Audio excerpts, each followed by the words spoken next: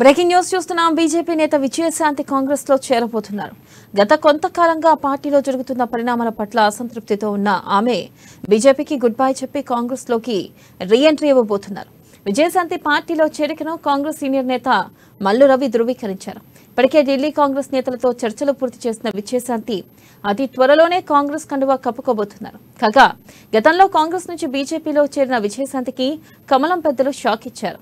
ఇటీవల బీజేపీ ప్రకటించిన star campaigner లిస్టులో ఆమె పేరు లేకపోవడంతో రాజకీయ వర్గాల్లో ఆశ్చర్యానికి గురిచేసింది. ఇక ఈ నేపథ్యంలో తిరిగి కాంగ్రెస్ లోనే చేరాలని నిర్ణయించుకున్నట్లు తెలుస్తోంది.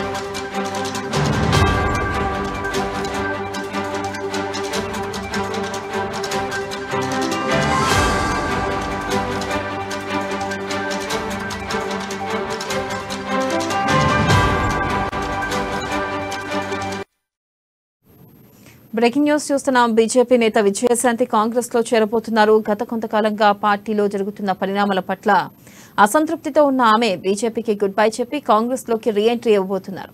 విజయశాంతి పార్టీలో చేరికను కాంగ్రెస్ సీనియర్ నేత మల్లు రవి ధృవీకరించారు. ఇప్పటికే ఢిల్లీ కాంగ్రెస్ నేతలతో చర్చలు పూర్తి చేసిన విజయశాంతి అతి త్వరలోనే కాంగ్రెస్ కండువా కప్పుకోబోతున్నారు.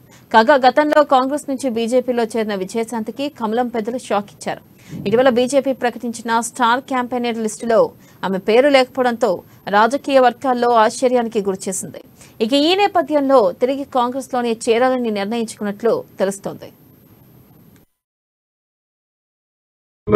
విజయశాంతి గారు కూడా వచ్చేటప్పుడు బీజేపీ పార్టీకి రిజైన్ చేస్తే కాంగ్రెస్ పార్టీలో చేరతారు.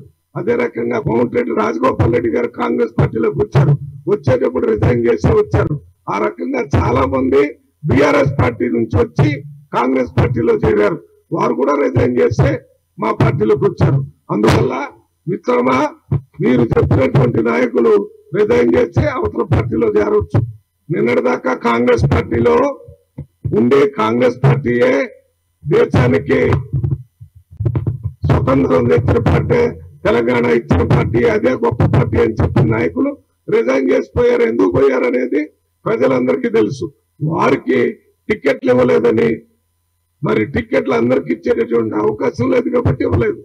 ప్రతి అసెంబ్లీలో 4-5 అభ్యర్థులు ఉన్నారు. ఒక్కళ్ళకే టికెట్ ఇచ్చాము, అందరికి ఇవ్వలేకపోయాం. ఇవ్వకపోతే అందరు రిజైన్ చేయాలి. కొందరు చేశారు, చేయండి. మొత్తం 100 కాంగ్రెస్ పార్టీలోనే ఉండరు కదా. కొంతమంది ప్రతిపక్షంలో కూడా పోతారు, కాంగ్రెస్ పార్టీలోకి వస్తున్నారు. విజయశాంతి గారు కూడా వచ్చేటప్పుడు బీజేపీ పార్టీకి రిజైన్ చేస్తే కాంగ్రెస్ పార్టీలో చేరతారు. అదే రకంగా కోమటిరెడ్డి రాజగోపాల్ రెడ్డి గారు కాంగ్రెస్ పార్టీలోకి వచ్చారు. వచ్చేటప్పుడు రిజైన్ చేసి వచ్చారు. ఆ రకంగా చాలా మంది బీఆర్ఎస్ పార్టీ నుంచి వచ్చి కాంగ్రెస్ పార్టీలో చేరారు.